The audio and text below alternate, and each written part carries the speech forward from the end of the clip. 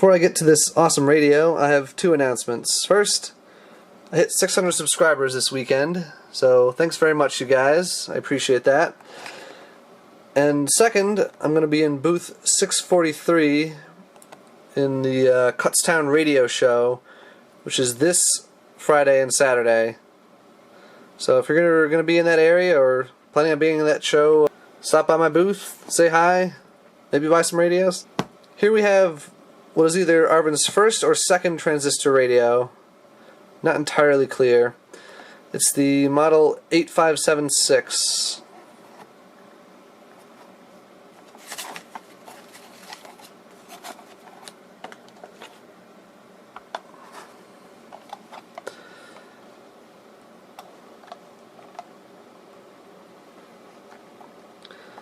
What a gorgeous radio. I've been looking for a nice one of these for a long time. Ended up with two other examples of this model. One of them is a part set, and the other one's in good condition, but not mint condition like this one is.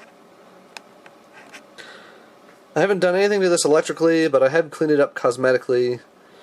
It was fairly dirty, and it had a small hairline crack. Resolved both of those problems.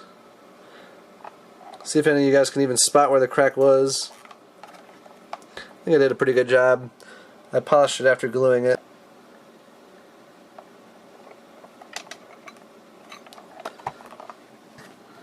If you look real close, you can faintly see it there.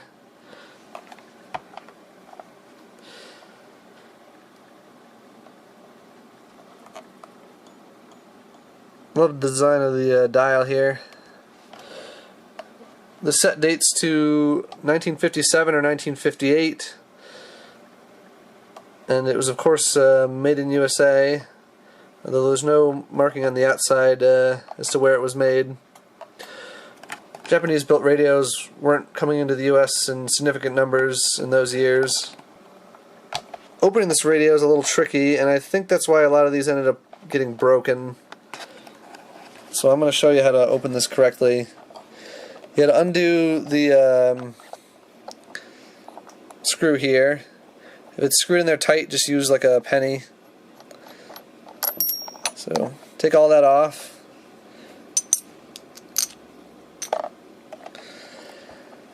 Don't pry it from the bottom. That's probably how this broke. Just stick your nail in the crack here and then separate the case. It comes off like that. It's kind of unusual in that the chassis is attached to the back cover, not the front, which leaves the speaker pretty vulnerable. You can see that this set takes a round 9-volt battery, which is no longer made. And as I mentioned, I haven't worked on this one, and it looks like no one else has either. It's still got all of its original caps. Those are probably going to be replaced in the long run, or at least that one there. Those white ceramic LEI brand caps are almost always bad, so I don't have high hopes for it. See the model number there, 8576, and it's got a fairly long serial number there, you can see it. And also this number stamped here. Not sure what that's all about. Whoever glued the front cover on was a little sloppy with the glue. I might clear those holes out that got glued over. They just kind of globbed it on there. This radio is still working reasonably well for being all original, so I'm going to demonstrate it. Temporarily reattach the dial up here.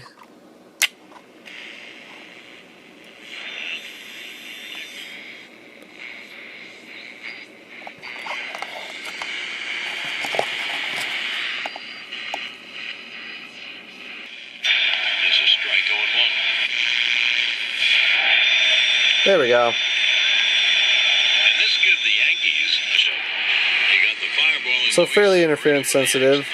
Stephen Wright for Boston.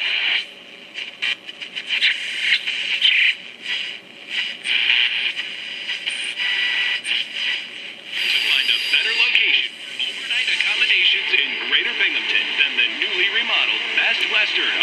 City. The Best Western of Johnson City serves as the official hotel for all Eastern League teams, including Fallen in Love, which is surprising to me.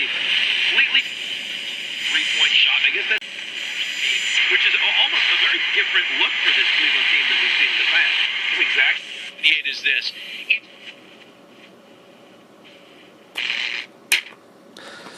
It's not bad at all for an all-original 5-transistor set. This thing does have 2 IF stages, though.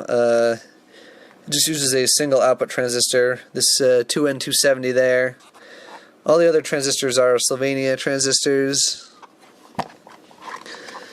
See them there. There's one hiding under the speaker, and another one hiding under the other side of the speaker there. See, it's got a jack for an earphone on the side. And that's it. Pretty simple radio. Generally want to close up the tuning cap whenever you're doing something like putting a set back together so you don't accidentally bend the plates. This seems to be a relatively early example of this model. I have a later one that I'm going to show you in a couple of minutes that has a slightly different case design. But first, let's get to the manual. Actually, this is a catalog here. Arvin products that make better living. Just a bunch of other Admiral products that were available at the time. I'm not sure if someone just stuffed this catalog in the box. It seems a little odd to me because this one doesn't actually have this model or any transistor models in it, but it came with the set. That's pretty cool to have. You can see all the Arvin factories that were located in the US. Now here's the stuff that's specific to this model. Here's a schematic.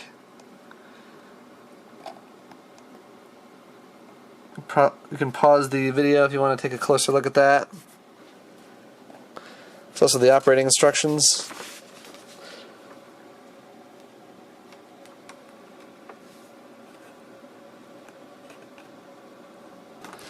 They just say lift-off tuning dial and cabinet front. They don't really explain how to carefully open it.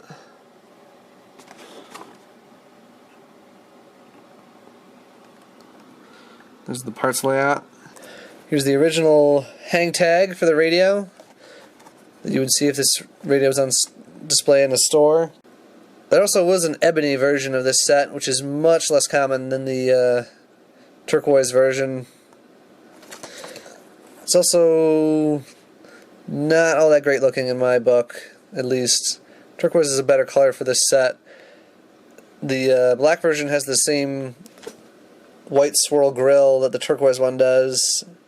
I guess it's a little bit too much of a contrast, at least to my eyes. That's probably why it didn't sell as well. Here's a little card telling you how to remove the tuning dial, and a little note that was in the box about the battery type, all of which are not available anymore. I might change the battery holder on this. If I do electrically restore it, I will do that. I've got a second one of these that I plan to sell at Kutztown. It's not as nice, but it's still pretty nice. Still got the original box.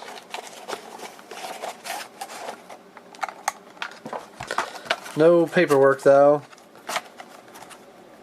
Between the two box sets, I only had one set of complete paperwork.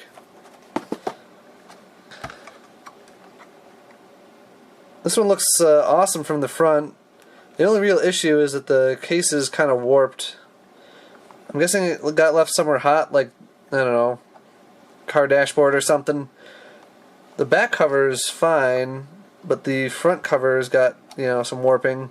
Haven't tried to straighten that out. Maybe it's possible with like a heat gun and a lot of care.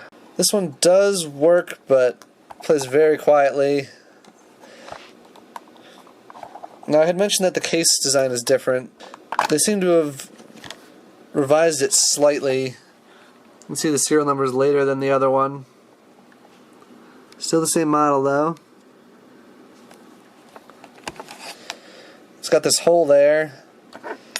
and a bump there, and they got rid of the tabs on the side. If this one wasn't warped, it would probably be easy to open.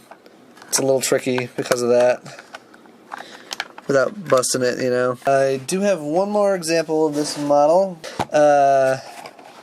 This is a part set for sure. It's pretty rough. Part sets don't seem to sell too well at Cuts-Down, unfortunately.